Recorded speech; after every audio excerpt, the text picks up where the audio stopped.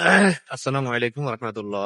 সুপ্রিয় দর্শক, যে যেখান থেকে দেখছেন, ইউরো বাংলার আজকের ইউরোপ আপডেটের আজকের লাইভ স্ট্রিমিং এ আপনাদের স্বাগত জানাচ্ছি। আমি রেজাউল করিম। আমি আছি আহ জাগরেবে। তো এখন স্থানীয় সময় সন্ধ্যা 5টা 7 মিনিট, বাংলাদেশ টাইম 10টা 7। আর লোকাল তাপমাত্রা এখন 14 ডিগ্রি সেলসিয়াস, বলা চলে গরম।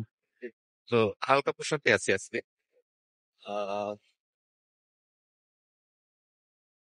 এই পোশাকে আছি আজকে। টান টান ইয়ে করার জন্য ওইরকম পড়া পোশাকের আজকে দরকার হয়নি। তাপমাত্রা মোটামুটি কম আছে আজকে। তো যাই হোক, আমি বাইরে আছি। আজকে আমাদের আমাদের ক্লায়েন্ট ছিল আগে, সাবেক ক্লায়েন্ট। আমরা একসাথে অনেক সময় কাটাইছি। দুবাইতে গেছি আমরা একসাথে। আমাদের আরিফের বাসায় দাওয়াত ছিল। সে গত 3 দিন ধরে আমাকে টানা দাওয়াত ছিল, কিন্তু যাবো যাবো করে আসলে শারীরিক কারণে একটু হঠাৎ করে অনেক ঠান্ডা হয়েছিল। তো ওই তাপমাত্রার সাথে আসলে অ্যাডজাস্ট করতে পারি নাই, ফলে আমি অসুস্থ হয়ে পড়ছিলাম। যাইতে পারিনি লাস্ট। সেও নাচর বান্দা যায়, হইলো আসা। আজকে গিয়ে ফাইনালি ওর সাথে দেখা ওঠা। তারপরে একসাথে তার শহরে ছিল। সহ আহ, মোটামুটি ভালো সময় কাটছে আলহামদুলিল্লাহ ওর সাথে। ও হচ্ছে এখানে একটা ফুড ডেলিভারি কোম্পানিতে কাজ করে। খুব ভালো আছে, খুব ভালো আছে, এবং তাদের বাসাটা অনেক সুন্দর। আমি ইয়ে করেছি, ঠিক আমার ক্যামেরায় ভিডিও করেছি। এটা আশা করি চ্যানেল আপলোড দিব ইউরো বাংলাতে, বা এই চ্যানেলও দিব, আপনারা দেখতে পারেন ইনশাল্লাহ।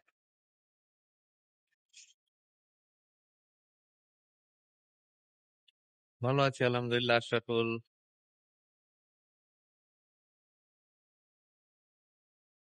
আশরাফুল ভালো আছি আলহামদুলিল্লাহ।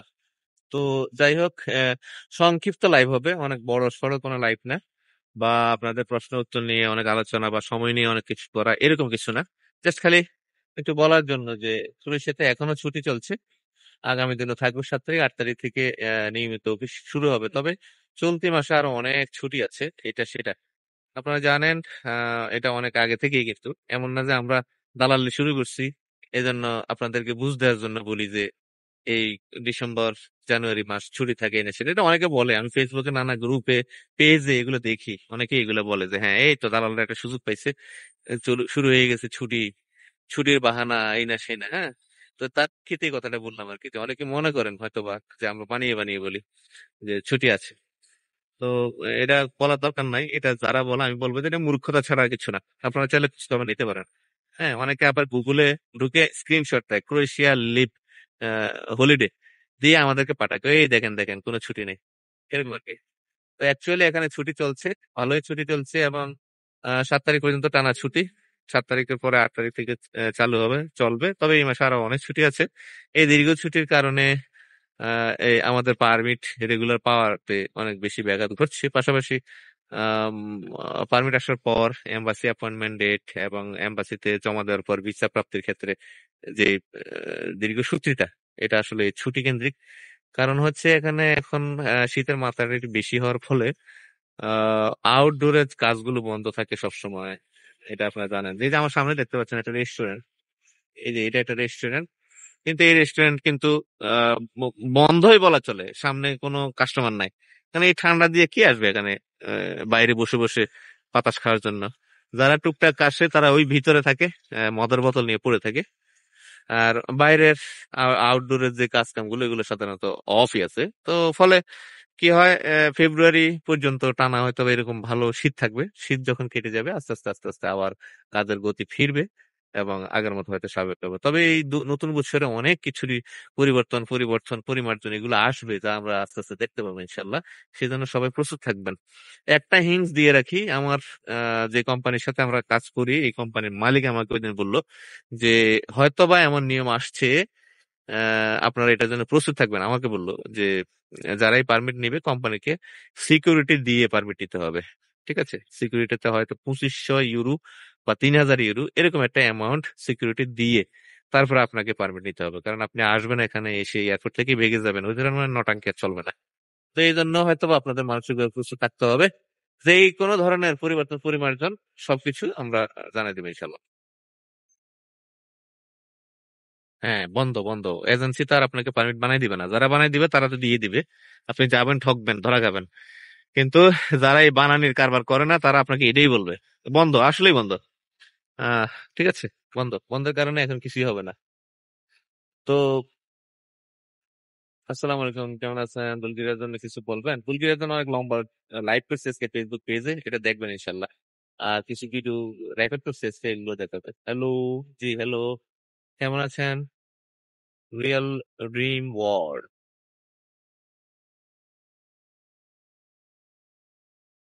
তো যেটা বলছিলাম, এই লম্বা ছুটিটা আসলে সবসময় থাকে, প্রতি বছরই থাকে। যে আহ, শীতকাল আসলেই যে দালালরা বাহানা দিবে, বিষয়টা এরকম না, এটা সবসময় ছুটি থাকে। আমি ভালো আছি ভাই, আলহামদুলিল্লাহ। কবে দেয় আসবে ঠিক নাই, লেট হবে। আসসালামু আলাইকুম ভাই। ওয়ালাইকুম আসসালাম রহমতুল্লাহ।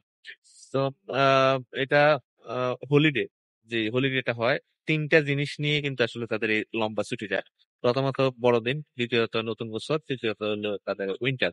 এই তিন সিজন মিলে তাদের অনেক বড় ছুটি দেয়। ক্রোয়েশিয়ার নতুন আইন নিয়ে কিছু বলেন, যখন এগুলো সার্কুলার বেরোবে, নতুন আইনের আপডেট নিয়ে সার্কুলার দিবে, তখন আমরা জানতে পারবো, তারপর হচ্ছে আপনাদের জানাইতে পারবো ইনশাল্লাহ। আহ আমি খুব ভালো আছি আলহামদুলিল্লাহ। অফিস আদালত 7 তারিখ থেকে খুলবো, আমি ভিডিও ডেসক্রিপশনে দিয়েছি, সেটাই পড়বেন, হ্যাঁ। ওইখানে লিখে দিয়েছি 7 তারিখ পর্যন্ত ছুটি থাকবে, 8 তারিখ থেকে খুলবে ইনশাল্লাহ। ব্যাংক ট্যাঙ্ক কিন্তু এখন সব বন্ধ, আজকাল সব ব্যাংক বন্ধ বন্ধ। এই যে নেপালি, কিন্তু যাই হোক, এখানে নেপালি ইন্ডিয়ানদের চাহিদা অনেক বেশি, এবং তাদের কোম্পানি মালিক সহ সবার কাছে ওদের গ্রহণযোগ্যতা অনেক বেশি। এবং আমি এখানে দেখলাম প্রচুর নেপালি আছে যাদের প্রচুর দোকানপাট আছে। এবং আজকে যেখানে গেলাম, আরিফের বাসারের দিকে, সেখানে এক নেপালের অনেক বড় সুপার শপ আছে। নাম হচ্ছে নাম হচ্ছে জি জি, ফাইল নিচ্ছি তো আমরা। ওইটার নাম হচ্ছে কাঠমান্ডু মার্ট। ওইটা দেখলাম, ওইটা অনেক বড়, তো বন্ধ, ওইটাও বন্ধ, সব বন্ধ। হ্যাঁ। আর এই যে এখানে একটা বড় মার্কেট আছে, এই যে এখানে স্পার, ওইটা তো বন্ধ, সব বন্ধ। ঠিক আছে। তো আগামী দিন থেকে ইনশাল্লাহ আস্তে আস্তে টুকটাক টুকটাক করে খোলা শুরু হয়ে যাবে। ঠিক আছে। এই যে স্পার মার্কেটটা দেখতে পাচ্ছেন, এই যে স্পার বন্ধ। তো ছুটি এখনো শেষ হয়নি, দালালরা বানাই বলে না ভাই, অরিজিনালি কিন্তু ছুটি শেষ হয়নি। দে ভাই, আর একবার প্রশ্ন করে, আমার পিসিসি বেরোতে আর 3-4 দিন লাগবে, আর তারপরে আপনার সাথে আমার কথা বলতে হবে ভাই। ঠিক আছে, চলো কল দিবেন, বুলগেরিয়া নিয়ে কিছু তথ্য দেন। বুলগেরিয়া নিয়ে আমাদের একটা বড় লাইভ সেশন ছিল আজকে। আমাদের বুলগেরিয়া যারা জমা দিয়েছিল এম্বাসিতে, দিল্লিতে, তো তাদেরকে নিয়ে আজকে একটা লাইভ সেশন করেছি। তারা কতদিনে পারমিট পাইলো, কতদিনে তাদের ডেটের ব্যবস্থা হইলো, কিভাবে জমা দিল, কত কাঠ খড় পোড়াইতে হয়েছে, এসব নিয়ে বিস্তারিত কথা হয়েছে আজকে। আপনারা লাইভটা দেখবেন আমার পেজে। ঠিক আছে। আর হয়তো বা কালকে এটা আমার চ্যানেলও আপলোড হইতে পারে। ঠিক আছে। এই হচ্ছে মোটামুটি। আর বাংলাদেশ থেকে বুলগেরিয়ার যখন কাজ শুরু হবে, এটা সবাই দেখতে পাবে, আমরাও দেখতে পাবো। আমরা তখন দেখতে পেয়ে আপনাদেরকে আপডেট দিতে পারবো ইনশাল্লাহ। এখন তো যেগুলো বলবো আহ, আন্দাজি কথাবার্তার মতো আছে অনেকটা, আপনাদেরকে খুশি করার জন্য। না হয়তো এগুলো শতভাগ মিলতে পারে, আবার নাও মিলতে পারে। অনলাইন হয়েছে, বিসিএস সার্টিফিকেটের মেয়াদ শেষ, এখনো পারমিট আসে নাই। সমস্যা হবে কিনা, কোনো সমস্যা নেই ইনশাল্লাহ। সৌদি থেকে যাওয়া যাবে অবশ্যই ইনশাল্লাহ, সৌদি থেকে যাওয়া যায়। সৌদিতে আমাদের অনেক ফাইল আছে আলহামদুলিল্লাহ, জমা হচ্ছে। সৌদির জেদ্দা সহ নানা সিটিতে কিন্তু বিএফএস গ্লোবাল অফিস আছে, ওইখান থেকে জমা দেওয়া যায়। জি জি ইনশাআল্লাহ। বিউটিফুল ওয়ার্ল্ড, BD24, সৌদি আরবে আছি। জি, সৌদি থেকে জমা দিতে পারবো ইনশাল্লাহ।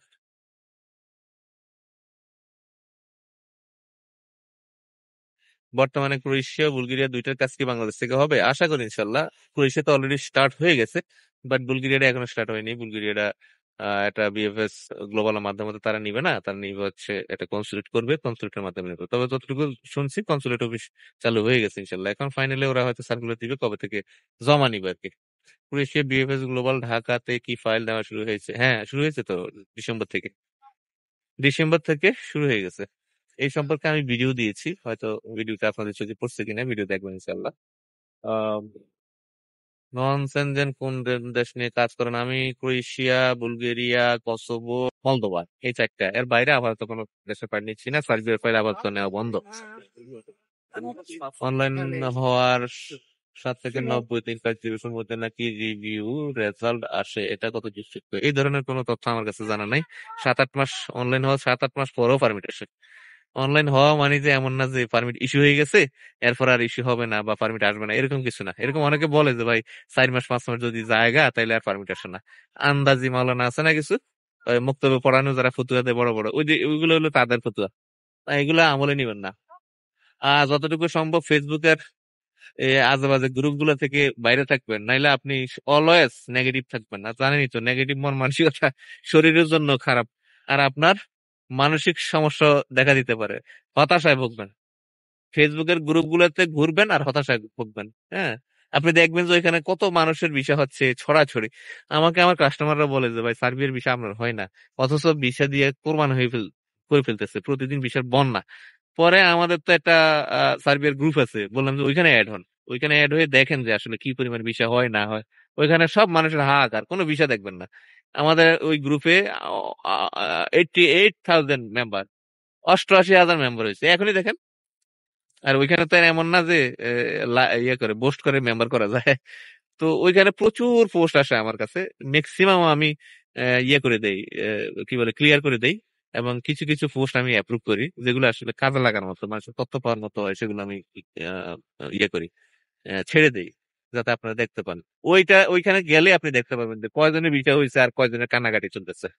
ঠিক আছে? তো আসলে দূর থেকে অনেক কিছুই দেখা যায়। নদীর এই পারে বসে ভাবে যে ওই পারে বোধহয় সবচেয়ে সুখ, এই পারে বসে ভাবে নদীর ওই পারে হইলো সকল সুখ।